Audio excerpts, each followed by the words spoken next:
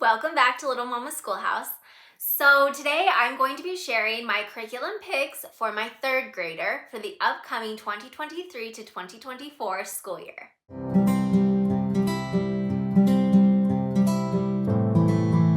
So again, for this child, I had the prompting, and then through prayer and fasting, we decided to not continue with the good and the beautiful language arts. Again, I'm not sure if it's just for this year and we may be back to it next year, or if this will be for the foreseeable future. But I put together a reading list for her. It follows along with my fourth grader. So 45 books that I chose, and then 5 choice books. And then I will read that list at the end. So if you want any ideas for your third grader. I also went ahead and I picked up IEWs, the same level A binder for her. I'm really excited that they can do this together so that they can work together and all of that. It just comes in really handy having 2 kids so close in grade level together, so I can just kind of combine forces. So they will both be doing this together. And then she has her own portable walls. Again, this is just a little folder. I'm sure it would be fine to use just one of these amongst a family, but it will be nice that they each have their own. And I should add, so in this folder, it just gives, some adverbs, just different ideas, substitutes for said and things like that.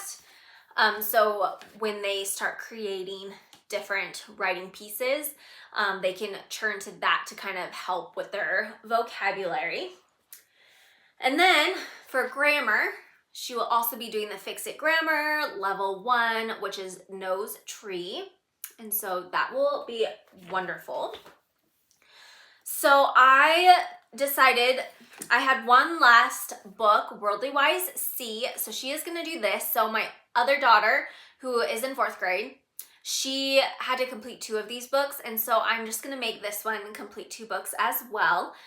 So she will complete this one, which is nice. It's just good to give them some additional vocab words. And a lot of these words aren't ones that I would necessarily think of. So for instance, I remember last year was pickpocket, and my oldest now uses that word all the time. So there's lots of words that I just wouldn't naturally use to describe or anything. So I do like having those books, but it's not something that I feel like we need to use year after year, because then I think it would feel a little tedious, to be honest. So for handwriting, I felt the same way about just continuing with some copy work, again, from the scriptures. And then she also will have a copy work book that will follow along with her Latin, which continues with that she will continue with Latin as well. I couldn't find her book, so I had to borrow my other daughter's. So now I know I need to be on the hunt for the other Latin workbook. But this is my daughter who is going into 3rd grade. Latin was her idea, and so she loves it. It's her favorite subject.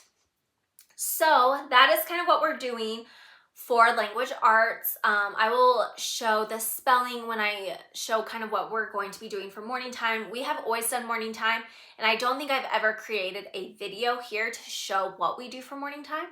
But spelling, I decided to move into that category just to make sure that we get that done every day. And again, it's simple. It should be like a 5-minute thing. So really quick, really easy. So for math, she has been doing Simply Math for a while now. So she at least did it last year, and I can't remember if she did it the year before. But she will be continuing, so she'll be doing Simply Math 3. And again, I did the same thing where I split them up into 2 books. And so hers will have to be done, this first book will be done by Christmas time, and then this book will be what we get done between January and the end of the school year. So we have that for her. And then she will be continuing, they all will be doing Story of the World. So she did this when she was pre-K, so I don't think there's much she's gonna really remember from doing it. She does remember some of the activities and remembers having fun, but as for any of the information, she doesn't remember. So it will be good that we are doing this. So again, Story of the World, I have the book, the activity book, and then I have the little test booklet. Again, I'm not going to necessarily test them after each chapter, but again, they enjoy taking these, and so I thought it would be fun. It's more of a fun thing that they enjoy, and there's a lot of test-taking skills type things that I think are important for them to learn, so that way when they do get into these upper levels in college, that they know how to take a test and to take it well. And then again, she'll be a part of the science co-op. So we will be studying space science, marine biology, and then it's the Beautiful Feet Seasons Field Nature Study is what they will be doing, and that one will be shortened. So we kind of have our co-op split kind of into like 5 little sections. So it's kind of like 6 weeks on, 1 week off, and so that kind of gave us 5. So that way then we have 2 of those sections will be like a science unit, and then we had just like this one little 6-week session, and so that's where we're putting in that Beautiful Feet Seasons nature study. And then they will be doing geography as well, and they will just kind of be just doing a brief little thing over each continent. Again, it's 6 weeks, so you can't really go too in depth, and this is for all ages, so it'll be fun for them just to kind of get their feet wet on learning some of those countries throughout the world. So they will be doing that. And then again, so I choose 2 electives for each of my kids. Well, they choose, and again, one needs to be outside the home, and one can be inside the home or outside. So she chose gymnastics. She is a competitive gymnast, and she does really well with it. And then she is also in her 2nd year of Presto through Let's Play Music, and she loves it. So she was the one that hadn't had any piano experience, whereas my oldest, she had taken a couple of months before COVID shut the world down. And so they really didn't have a lot of experience. My oldest had, she knew what the keys were, all of that, but it's such a great program. I actually really enjoyed it from the parents' perspective. It's very thorough. They learn a lot. And there's not a lot of extra things that I need to cover here at home for like composers and all that stuff. They learn all of that through this program. So there is all that. So that's what she is doing this year for 3rd grade. So here is her reading list that I put together. My husband helped. Anyway, so it's 45 books plus 5 books for choice books. So the first is the classics section. So Keep the Lights Burning, Abby, The Courage of Sarah Noble, Stuart Little, A Grain of Rice, Frog and Toad Are Friends, The Happy Hollisters, and she just needs to pick 1 book from that series. Boxcar Children number 1, The White Stallion, The Lighthouse Family, and again 1 book from that.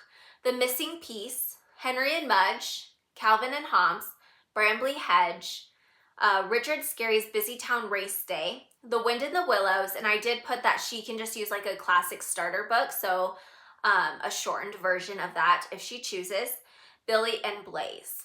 And then for audiobook, she has the same as my older one, so I thought that they could listen to these together. So she has Adventures of Tom Sawyer, Adventures of Huckleberry Finn, A Connecticut Yankee in King Arthur's Court, The Hobbit, and Anne of Green Gables. And then she will read The Good and the Beautiful Library's Level 3 books, which are Rags, Mother Penny, Kid Licks Kayak, David and the Seagulls, A Yard for John, Sammy, New Boy in School, Crooked Creek Ranch, Freddie and Linda, Joey and Patches, Ning's Pony and Other Stories, Who's Treehouse, The Journey of Ching Lai, I think it was. Okay, and then for biographies, who was Sacagawea, who was Eleanor Roosevelt, and who was Marie Curie. And then for poetry, oh, I'm going to butcher this, but the Tommy de Paola's Book of Poems. I totally practiced that, but when you get here in front of the camera, then I can't remember.